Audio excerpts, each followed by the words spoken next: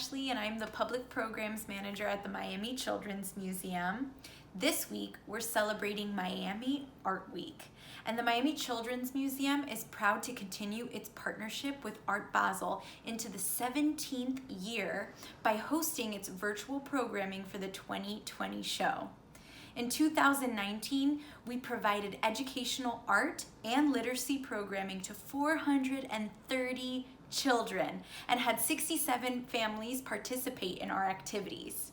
We are so sad that we can't host our Art Kids room on site this year, and we're gonna miss our little artists so much, but we are super excited that we're partnering with local Miami artists this year who have created special guides so that you can create your own masterpieces along with them at home. So now I get to introduce you to artist David Zalben. David is a Miami-based artist who is most well known for his wire sculptures. His work has been displayed all over the world, including places like Bangkok, Hong Kong, Guatemala, and New York. And he's even made a wire sculpture that is a three-dimensional room. Cool. So, without further ado, David is going to show us how to make our very own wire sculpture. Hey, David! Now, ladies and gentlemen, it's the Lifestyle Artist Show featuring Dr. Z. Well, hello. I'm here to demonstrate on how I make my artworks. So, my method is a simple one. I work minimally. I work off of one piece of line. I don't like to cut it. Mainly because I just find it as a challenge. You know, I want to be challenged when I make my sculptures. How I created the flower. So the purpose of demonstration, what I'm going to do is, if you can't map it out in your mind only, you can also draw it out. I used to do that with the real complicated ones. So for example, you know, I would go up and, well, I'm drawing in reverse here, but something like this, right? And then up here, and I do the center of the flower, which I don't remember what that's called. Anyway, so I'm going to do the petals. I'm not going to do the daisy, I'm going to do a 5-petal flower.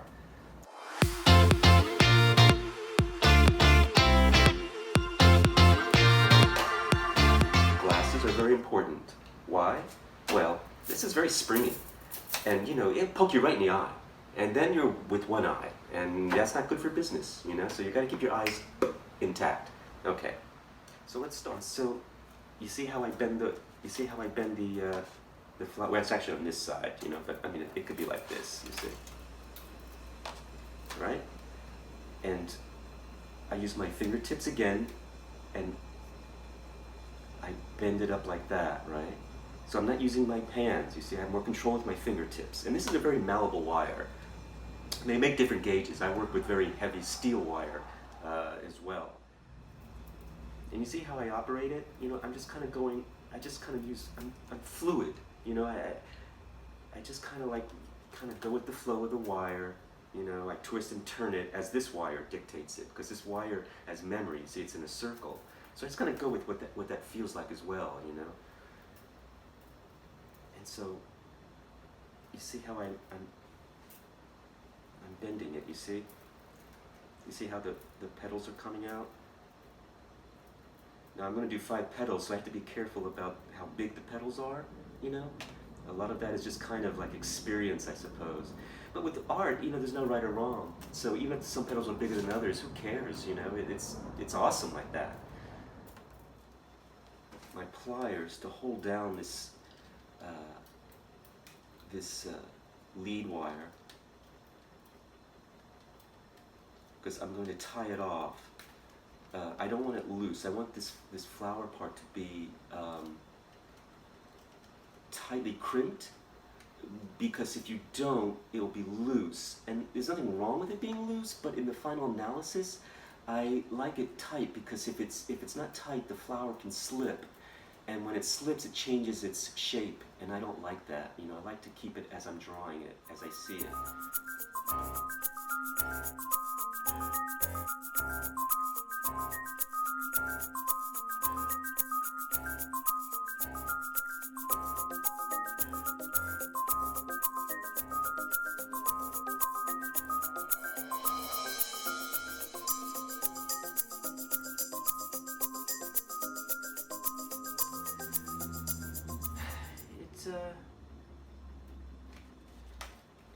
makes you feel like a giddy child when you're finished with the sculpture. You know, you're so happy. You know, and so yeah. So you see how I did the circle? You know, it's all, I'm not cutting the wire, it's just circling around, and now I'm going to start doing the vase, right?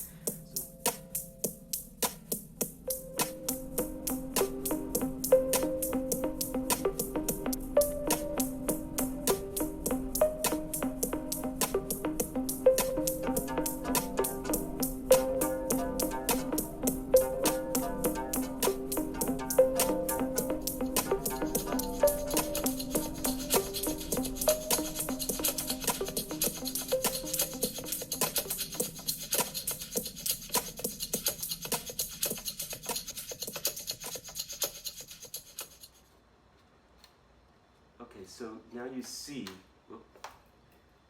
I'm at the end, right? So I'm going to cut that because I know I'm finished with it. And I'm going to tie it off at the bottom. You know, I'm just going to loop it. I could choose either looping it inside or outside. And there's no right or wrong in that, but generally speaking, I like to go on the inside. I guess because it finishes it off much nicer, you know? It looks cleaner that way, you know? Maybe it doesn't in reality, but that's what I'd like to do. Let's see, it's a little bit lopsided. Let's see, but you see, the thing about wires, you can bend it now, you know, into its kind of proper place, you know?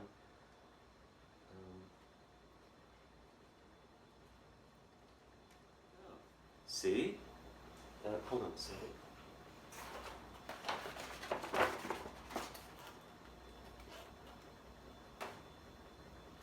Oh, hey, what are you doing, man? Well, I'm demonstrating how to make sculptures in this, though. I mean, little flower.